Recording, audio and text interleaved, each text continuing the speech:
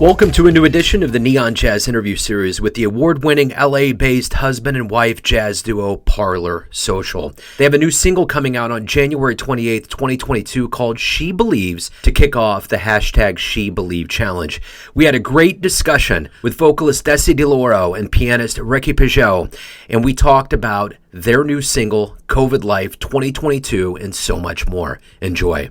I guess that's the most fitting place to start right now is, the fact that we've been living through COVID since March of 2020. This whole thing is undulated. Things open up, they close back up. So talk to me a little bit about, you got new material on coming out and new projects, new things happening. Talk to me a little bit about how it feels to have this happen during this particular time that we're living through. We wanted to really take advantage of the downtime, not only to work on music, but also to work on ourselves, personally, interpersonally, music, spiritually, and, it's an ongoing process, but we both feel like we've done a lot of headway with that, and I think it's going to reflect in the music as well. The single that we're putting out is called She Believes, and when I was working on it, there's this sample in the background by Paula Watson, She Believes. So we both looked at each other and say it would be a great song to kind of, emphasize on women empowerment, talk about women empowerment, make it a song about women empowerment. So I think it's a new side of Parlor Social. It's a new side of Dessy and Rick that people are going to see, and it's going to reflect on the music as well. We really wanted to take advantage of the lockdowns and all that stuff, the restrictions, and come out with a different perspective on ourselves and on the music business. Yeah, and go deeper, a little bit deeper. I mean, I think us not being able to perform, we were lucky enough because we're like a husband and wife, like team, singer, he's a pianist, and we started doing this streaming thing every Sunday just to give back to the community and to people that really needed music and couldn't be out. And just that kind of social connection. Weirdly enough, it's so weird that even streaming, you can connect with people. It was weird at first, but we actually got through, and we created a little family together. Yeah. People from all over the world were connecting on our page. Saying hi to each other, good morning. It was we called it Soulful Jazz Brunch. So we created a little space, a safe space for people to come and hang out and kind of just forget about, everything else that was going on in the world. Right, musical therapy, basically. Well, and I guess that's the thing about all of this is that you were doing that before. It's just going to mutate into a different organism during this time, I think. Exactly. In that way. If it was good before, it's going to be good in a different way. After the pandemic, if it was bad before, it's going to mutate into something worse. Right. So, it's just really all kind of a matter of perspective. So what over this time have you, you've kind of touched on it, but, this has been a time of self-reflection for a lot of people. How are you going to be stronger as hopefully the world opens up more in 2022? There's more live shows, more abilities to, in-person promote new material. Starting off as musical content, that was important. Have something strong coming out of this, so we can, raise, actually have people's ears perk up to what we're doing. And so this is part of social growing musically as well, because we do a different brand of music called Speakeasy. We call it Speakeasy Soul. This song has more of we like to call it a 1950s doo-wop vibe meets soulful R&B hip hop. So it's a combination of that. And the content of the music as well is really powerful. I feel like, we're still at this point where we need to motivate and inspire our young girls and women all over the world, to keep pushing and to, keep fighting for our rights and all this stuff that's really important. But I feel like this is important right now because, it's either you grow from this with everything that's been going on or you don't learn anything from these 2 years, right? It's just we've grown to become more compassionate, have serious conversations with people, reach out across the aisle to our fans and supporters as well. And also be more of service. That's something that we've, Dessy and I have discussed a lot, and just being more of service, being more part of in the business of giving back to the community, whether it's our direct community or the worldwide community. Yeah, that's kind of what our headspace is at right now.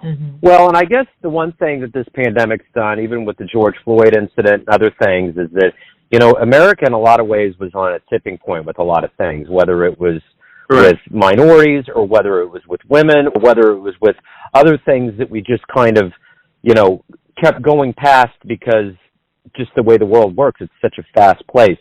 So with this music, do you feel like this is an outgrowth of the times that we're living through now?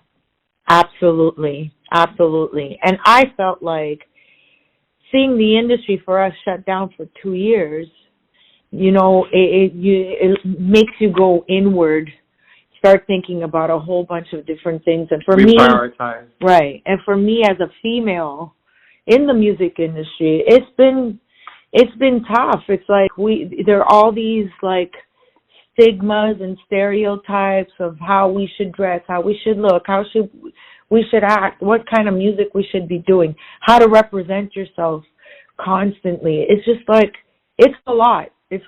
So, it's good. We thought about a lot of things during these 2 years.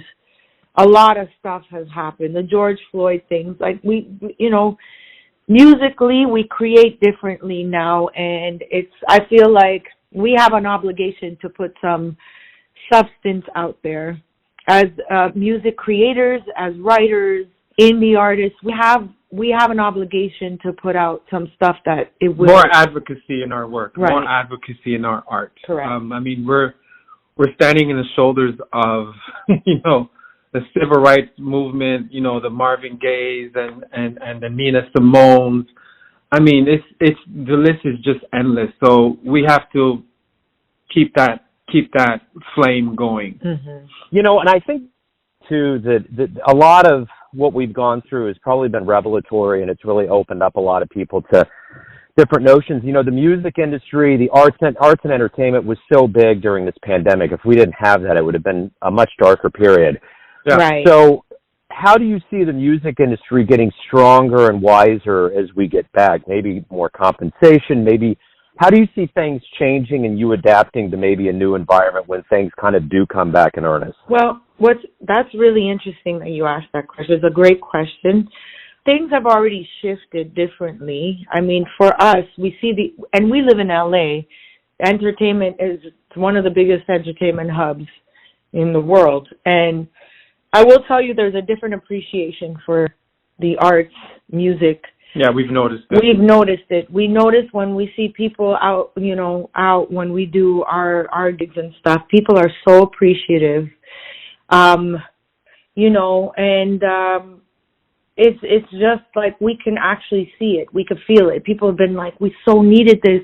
I guess people didn't realize how much the arts got them through these past couple of years. Had it not been for like movies, TV, music. Streaming, yeah. People, artists at home connecting with fans through social media, and live streams. Like art and so many other things in our lives that we took for granted. Again, it's coming back outside on the other side of this, having a lot more gratitude for the simpler things in life, for the small things in life that we took for granted before. Yeah, correct. Absolutely. And I guess too, I've done so many of these interviews since the pandemic began, and there's been times where things have opened up, and it's so nice to talk about the hopeful things. This time of closing down is so bad because it's just, there's so much that has been canceled and so many things that are bad about it. But let's look forward. We're probably closer to being out of this thing than being in the unknown of when the timeline's going to open us up to, things coming back. So as 2022 expands, what is kind of an itinerary that you're going by right now? What's your hope for, projects and live music? What are you all looking at? Well, we want to see how the single does. Obviously, we love touring. We love performing. So, but, we still want to be safe. We want to be also cost effective because we're still an indie band doing it, financing ourselves. So hopefully by the second half of the year, we'll be able to start doing shows around the country and maybe even Europe. So, but we're going to take it, single by single and see how the buzz goes. And, we appreciate people like yourselves giving us the platform to talk about our music and talk about, what we're doing. Right. So, yeah, it's times are so unpredictable right now. And so we've made plans before, and because of COVID and everything going on, it was like, okay, we gotta take it day by day pretty much to see what the next step, because, other countries, we want to fly to Europe, they've had their own restrictions. Yeah. Canada's got some hardcore restrictions. So it's like, it gets very complicated. Yeah. The logistics are really complicated. Like, I'm doing a show in 2 weeks in Anguilla, and the restrictions and the protocols are so complicated. So we want to see the dust settle a little bit before we start making plans. Yeah. So right now we're going to push the single, and we'll see afterwards. We may put out another single right after that. We'll see. So let's say everything does work out and you do happen to come to a place like Kansas City. And right now, you need to sell to potential people that would fill seats what a show would be like that you would put on in Kansas City in 2022. Tell me what that would be like. Oh, my God. Kansas City. Our show is, okay, so if I had to sell the show, I would say if Cap Calloway, Lauryn Hill, and Outkast had a baby, that's what you could expect from Parlor Social. You got some horn section. You got some stride piano, but with a strong, modern backbeat with some amazing vocal acrobatics. A mix of vintage and modern, all meshed up together. And the music that we create reflects on the shows that we create, and vice versa as well. So it's an eventful affair when you come and see Parlor Social. I guarantee you there won't be anyone sitting down by the third song. So yeah, you all should have pitched this prior to our AFC Championship game we're going to host this weekend, because the last two games, which I didn't realize, Tech 9 did one of them, and Nelly was at the halftime for the divisional this last weekend. Oh, wow, okay. And, we're Kansas City, so if you could blend that element of jazz and with pop, it would totally go over. I mean, that would be the ideal thing. So, right. Never thought about that. That's so true. I mean, we get a lot of love from the Midwest. We did Indianapolis a couple of years ago, Chicago. We've been to Kansas City with Cirque du Soleil, but we haven't gone to Kansas City with our own project yet. So it'll soon come. Yeah, absolutely. Well, it's great to hear that things are moving in the right direction, and hopefully things, fingers crossed, start opening up and your lives get a little bit busier. And I appreciate you opening up about this project. Good luck with it, and with the new year as we move forward. Thank you so much. Thank you for taking the time. Thanks for listening and tuning in to another Neon Jazz interview, where we give you a bit of insight into the finest players and singers in Los Angeles, Kansas City, and spots all over the world, giving fans all that jazz. Thanks to Parlor Social for their time, graciousness, and story. If you want to hear more interviews, go to Famous Interviews with Joe Domino in the iTunes Store. Visit neonjazz at youtube.com, and for everything Neon Jazz all the time, go to the neonjazz.blogspot.com. Until next time, enjoy the jazz, my friends.